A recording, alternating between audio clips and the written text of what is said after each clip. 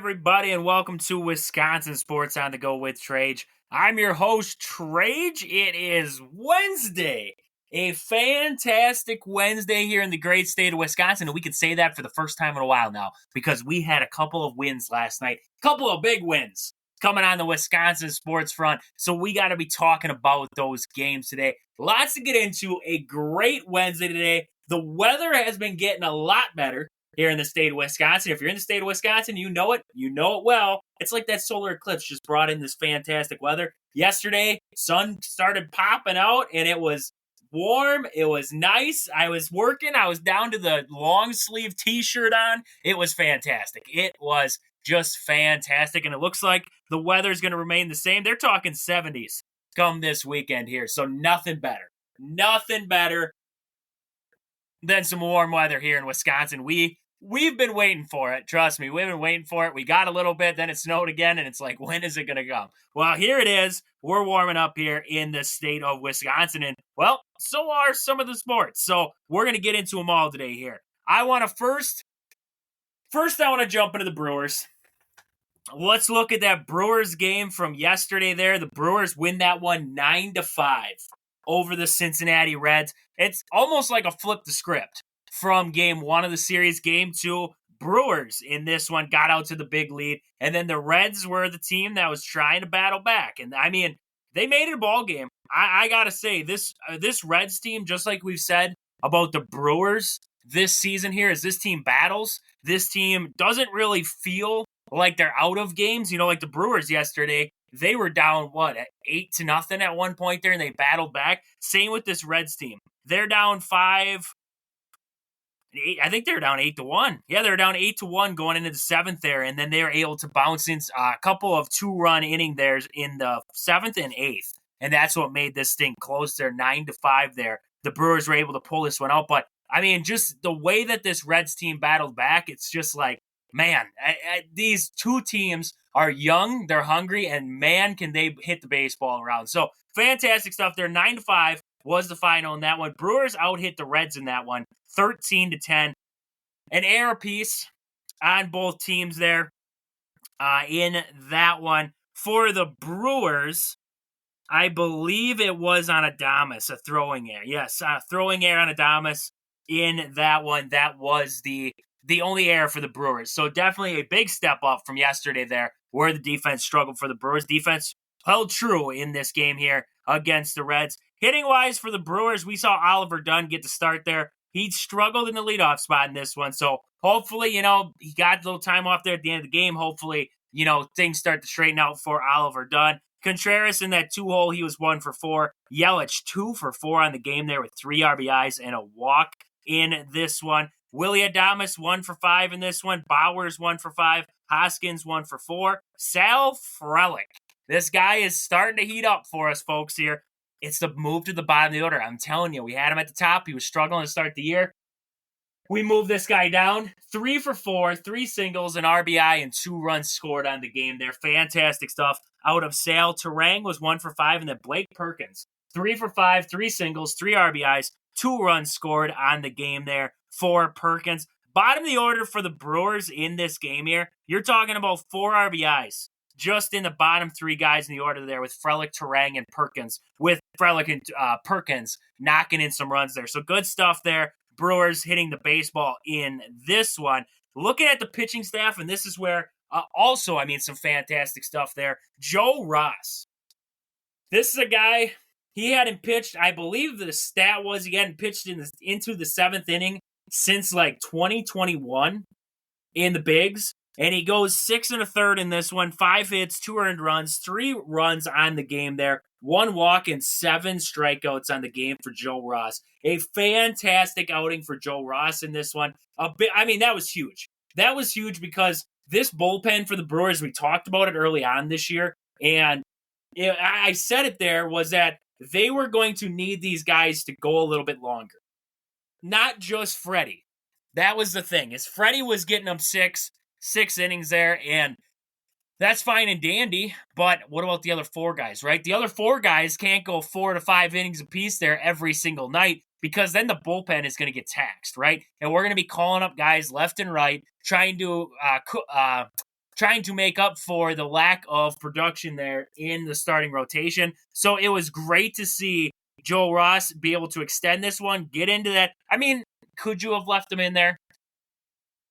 Yeah, I would say you could have left Joe Ross in the ball game there, but dictating times, he hadn't pitched a lot this year. So I mean, one start on the year before this one here, and it wasn't a very long outing for Joe. So I mean, he had, I believe, 87 pitches. You could have left him in there in that seventh, but all in all, I mean, I thought it was the right move to pull him out of there. You had Paguero, you had Payamps, you had Uribe, all locked and loaded. Bryce Wilson was most likely ready to go there, and others in that bullpen. So it's like, okay, let's get him out of there. Let's get in one of our other guys here and see what can happen. We had Elvis Paguero come in for Joe Ross there. Inning and a third, 2 earned runs on 4 hits in that one, 2 strikeouts.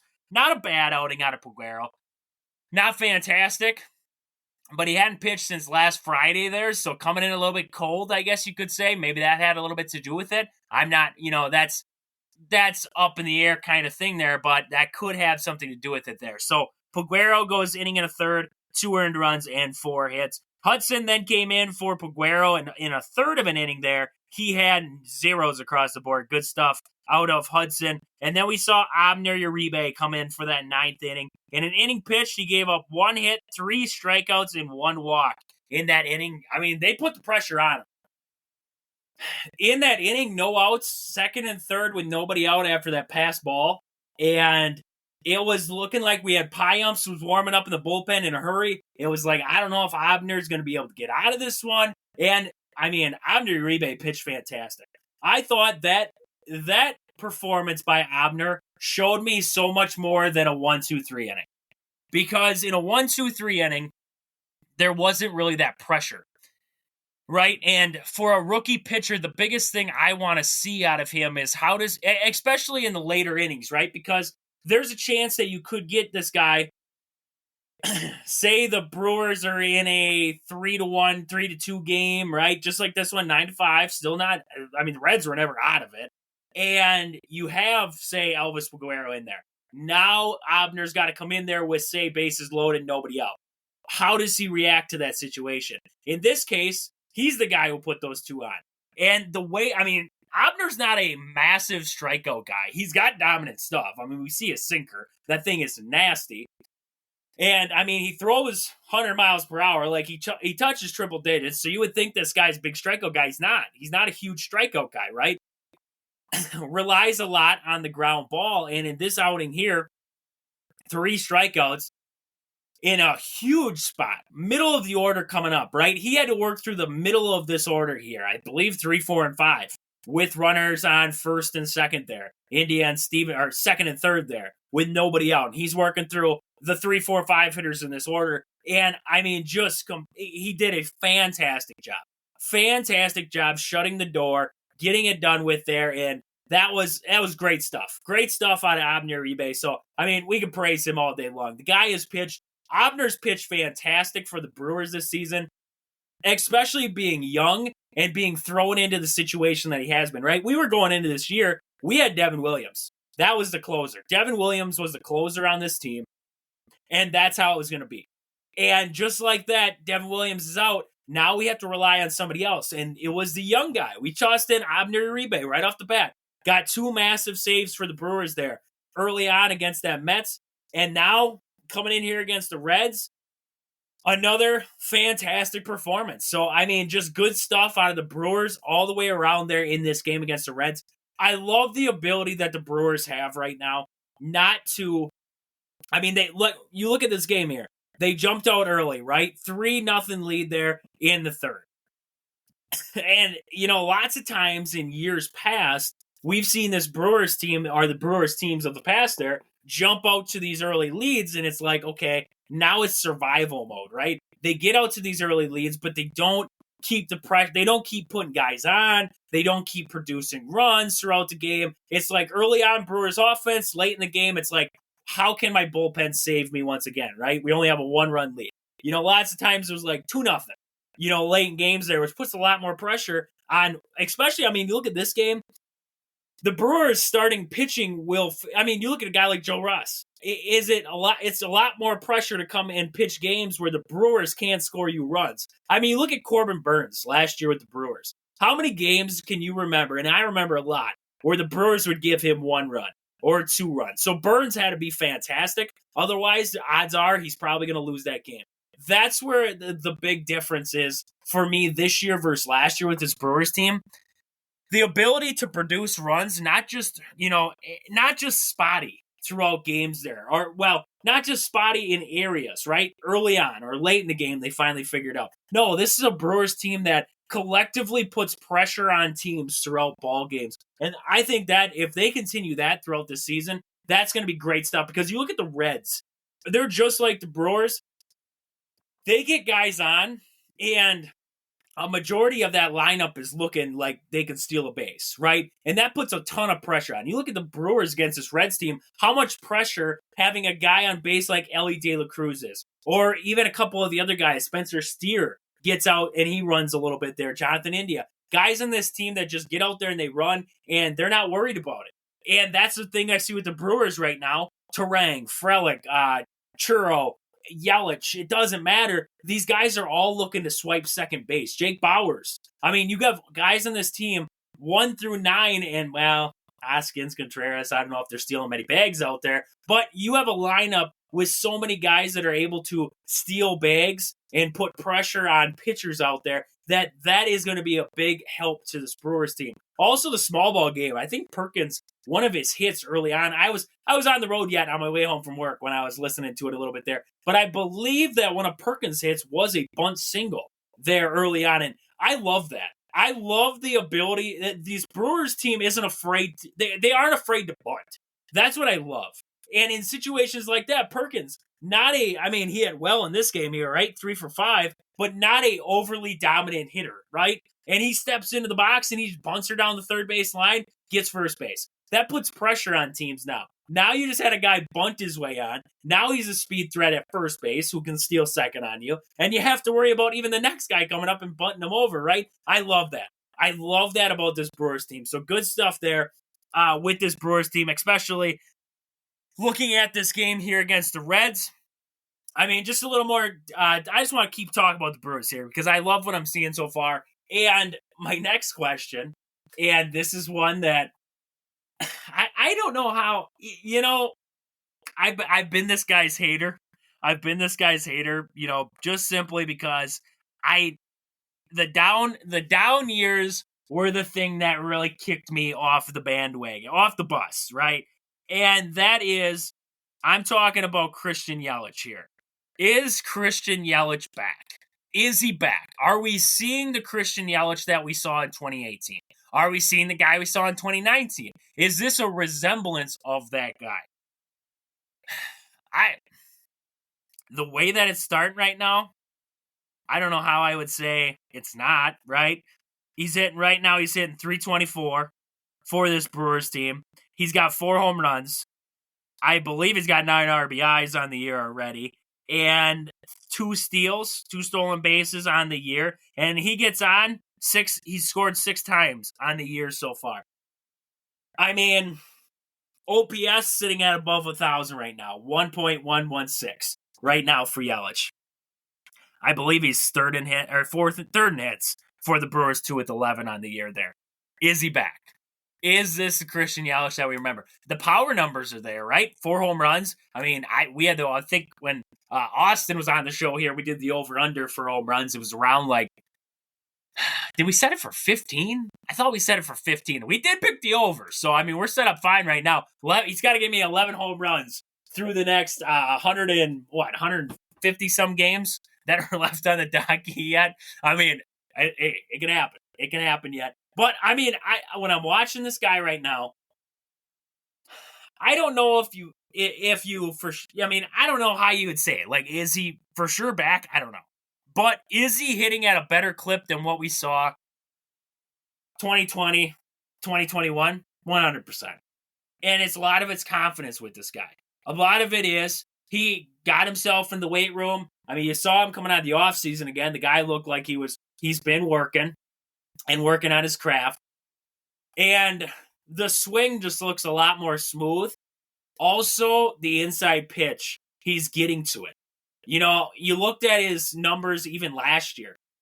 A lot of it was if guys pitched him inside, he struggled. I mean, if you look at it, he struggled on the inner half. He struggled to pull the baseball. He was a guy who was, I mean, and you can do it, but an inside-out kind of guy. And does that work for you? Yeah, I mean, Derek Jeter was a great guy for the inside-out hit there. Is it going to work 9 times out of 10? I mean, you could probably make it work 4 times out of 10, but it's great to see him now. He's pulling that inside pitch. That's something that we haven't seen, is the pull of that inside pitch consistently in a while. It looks like he's on time. It looks like he's getting after it and swinging early and counts too. Getting after guys and putting bat on ball, that's something that he did struggle with too, was seeing the baseball, I thought. And now it looks like he's seeing it like a beach ball out there.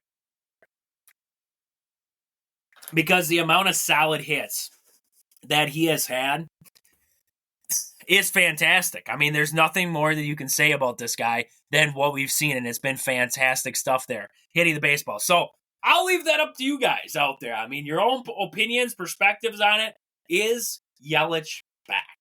I say, and this is, I got a phone call earlier. My uncle loves to tell me all about it because he's always, on the Christian Yelich side of it. And I've been like, oh gosh, here we go again with that kind of stuff, And so every day now that the Brewers play, I get a phone call.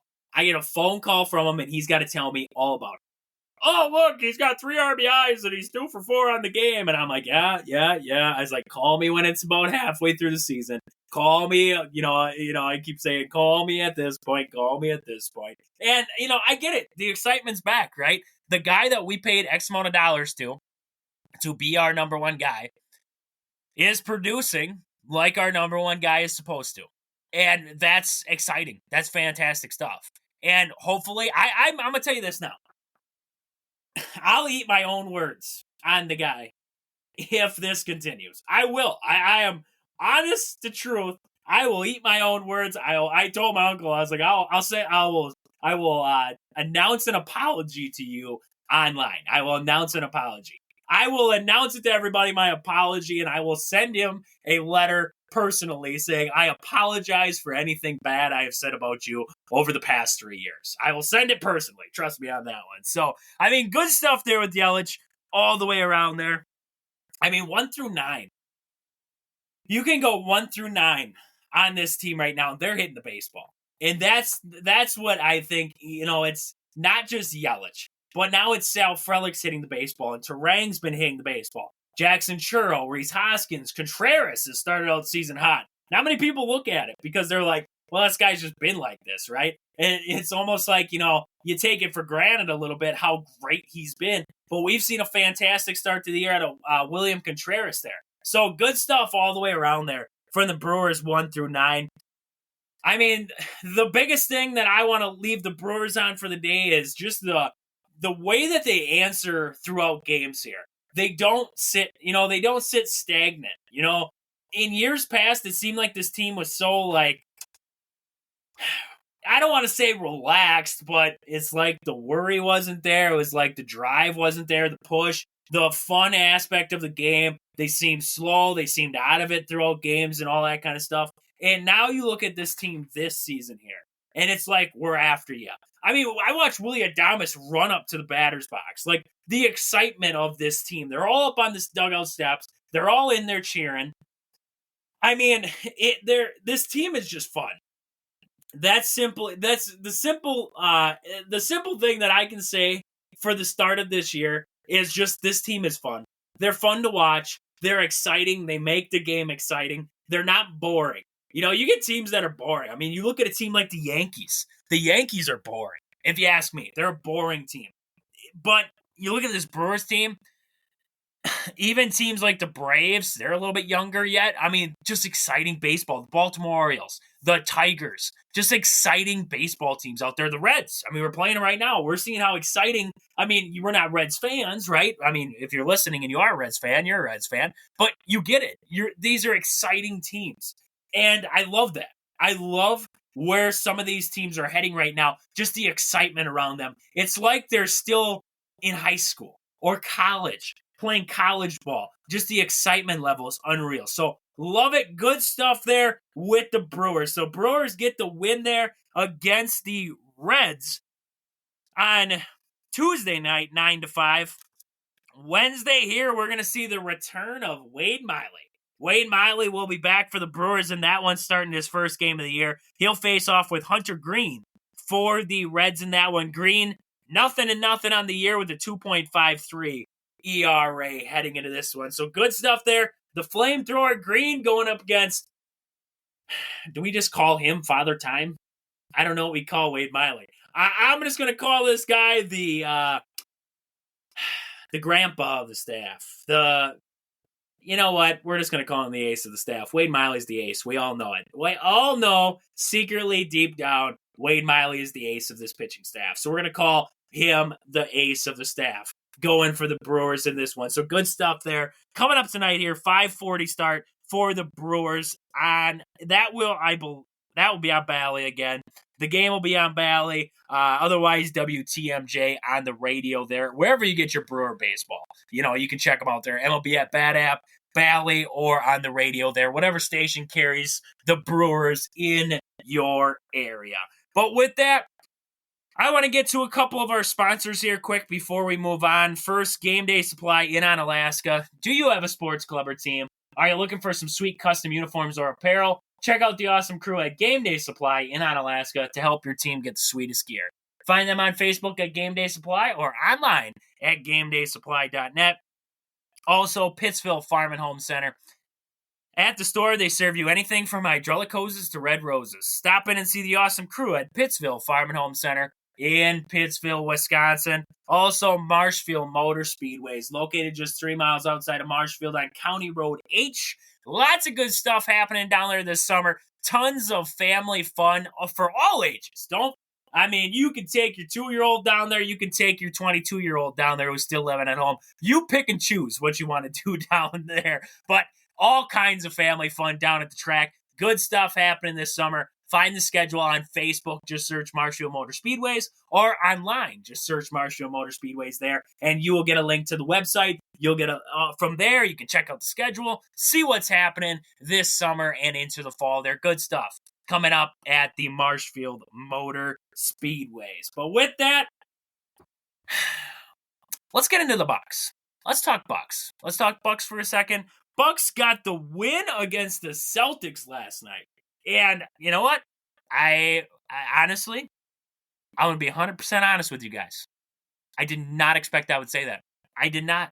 I fully went into, after talking about the Bucks yesterday, it's like I just mentally prepared to talk about a Bucks 5th loss in a row there. And they bounced back big time.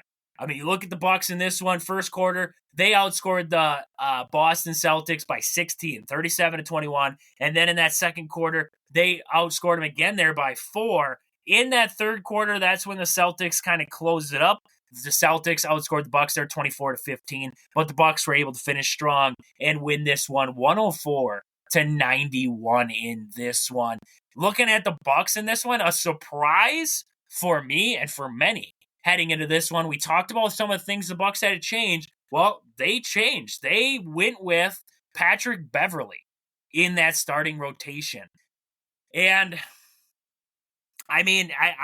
if you want more effort, you want somebody to get after guys, you want a leader out there on the court, that's Pat Bev. That's your guy, right? He's your PJ Tucker of this season.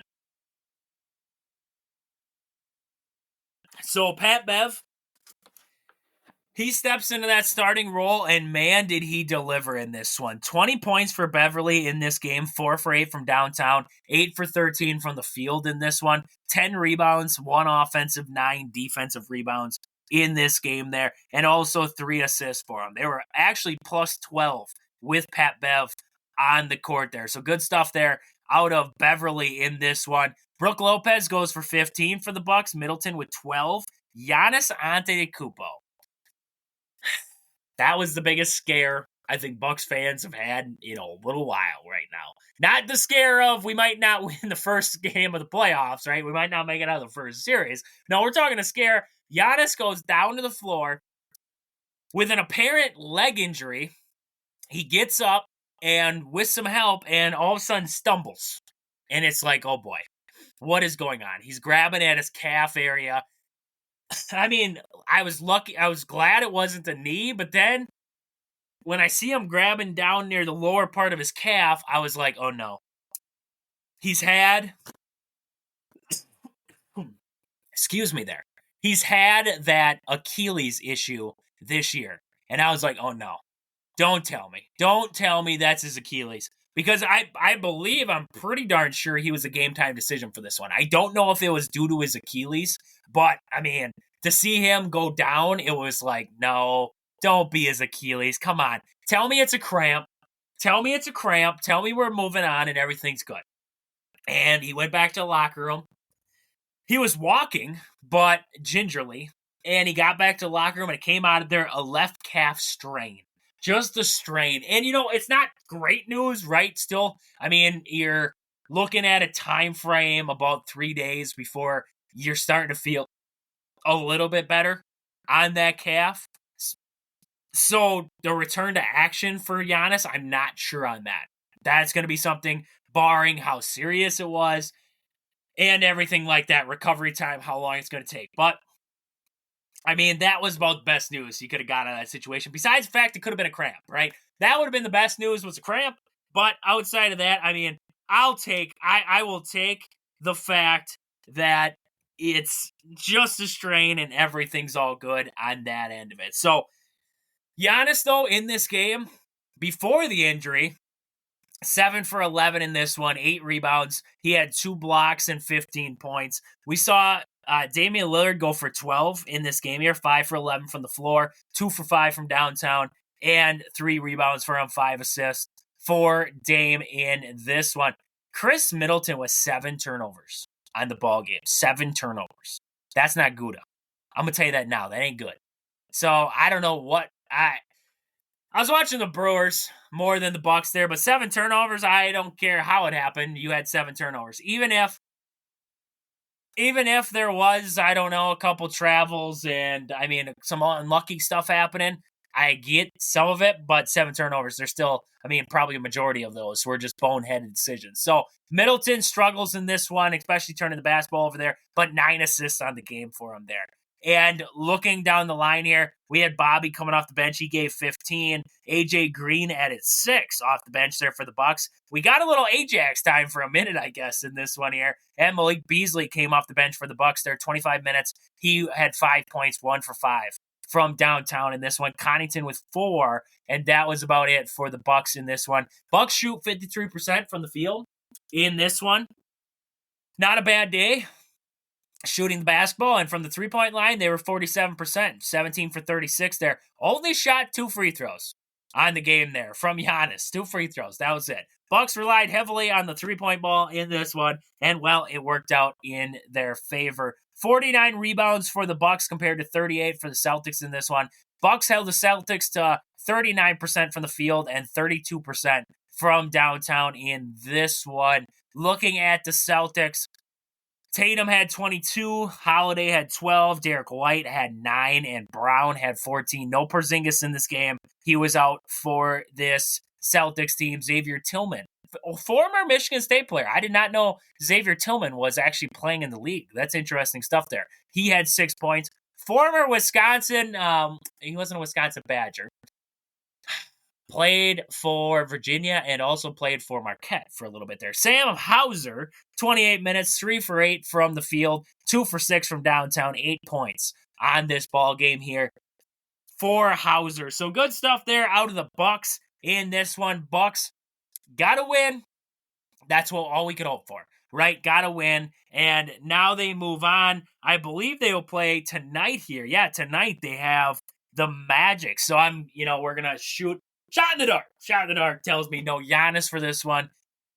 We're never sure on what's going on with Dame. So let's just leave that one as game time decision as of right now. As I'm shooting this, you never know what Dame. And Middleton, you never know. So we don't know about the injury report for the Bucks. It seems like it's something new every day with this Bucks team. Hopefully, Giannis, everything checks out further with Giannis, and he is good to go here pretty darn soon, because the Bucks have Wednesday, Friday, and then I believe that game will be on Sunday, the last game of the regular season there for the Bucks against the Magic, and then they will have to get ready here for the playoffs. So good stuff there coming out of Milwaukee on that one. One of my before I get to my stat of the day there, I want to get and look at a couple more of our sponsors just real quick here. First, your hometown team, Century 21 Gold Key Realty. Call Peggy, Sue, or Anna to find your dream home, or if you're looking to sell.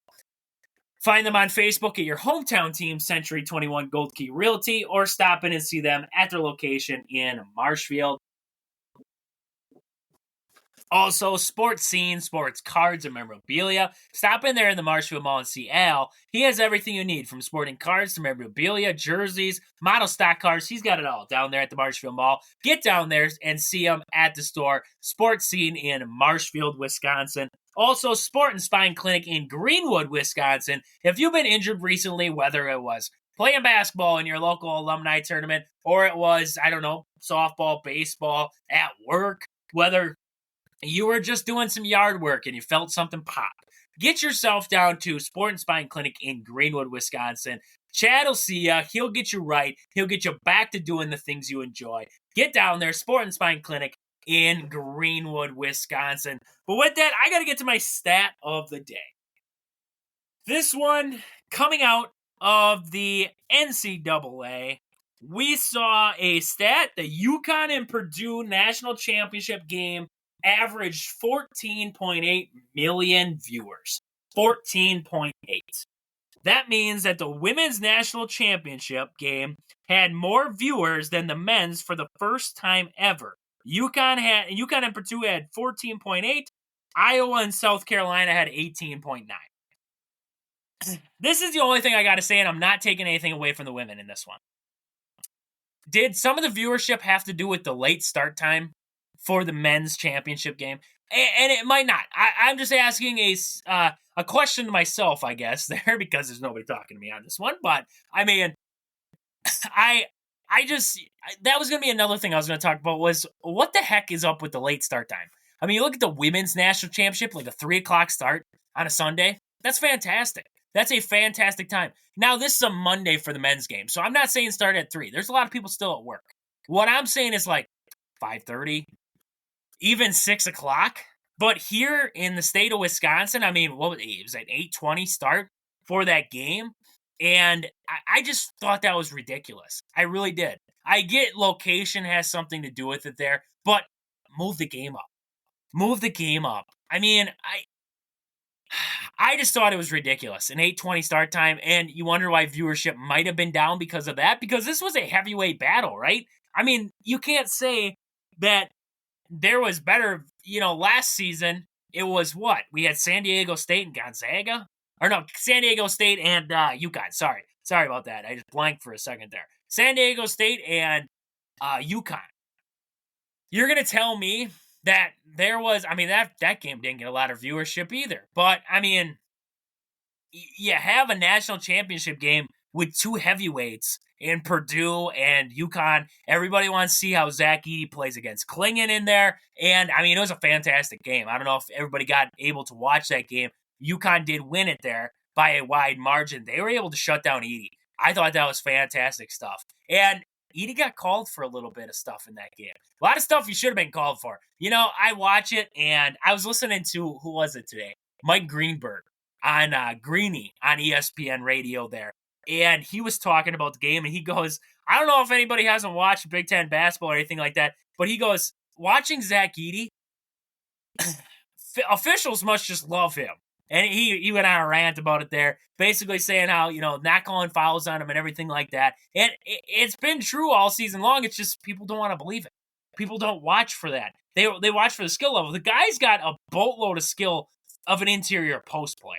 But the problem is how he gets there, right? And last night I saw him actually get called for a travel. I haven't seen somebody call Zach Edey for a travel all season long, and he got called for one in there.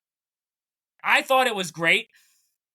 I thought that's something that should have happened all year long, because how do you, I guess if he's going to the league, then the travel kind of goes away when you get an NBA. So maybe they're just preparing him for the NBA. They're like, you can have 5 steps. That's fine. I mean, just ridiculous stuff there. But I mean, hey, I thought it was a good national championship. I just thought UConn was too much. I really did. Just like watching the women's national championship game with Iowa and South Carolina, UConn just has so much talent on that roster. Not just in the starting 5, but coming off the bench too. They have depth, and it's just ridiculous when you watch that team. And I believe it was Klingon got into foul trouble there, and they brought in one of those bench players, and he checked Edey out once.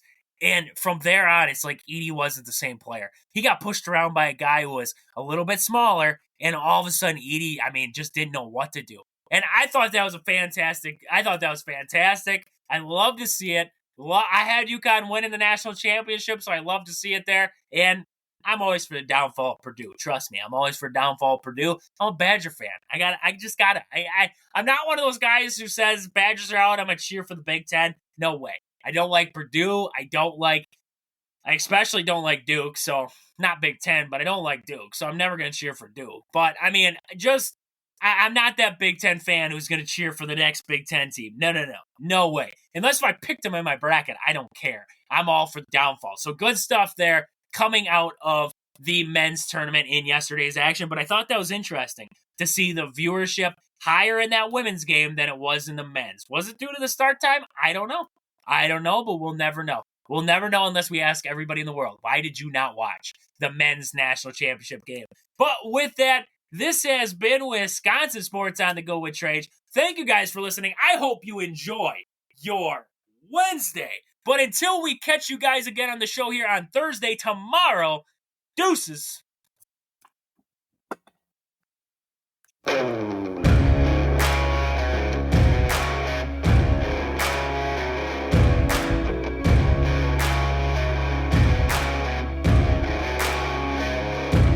Yeah, oh my Lord, watch me sway. Darkness falls and we all pray, hoping for the light of day.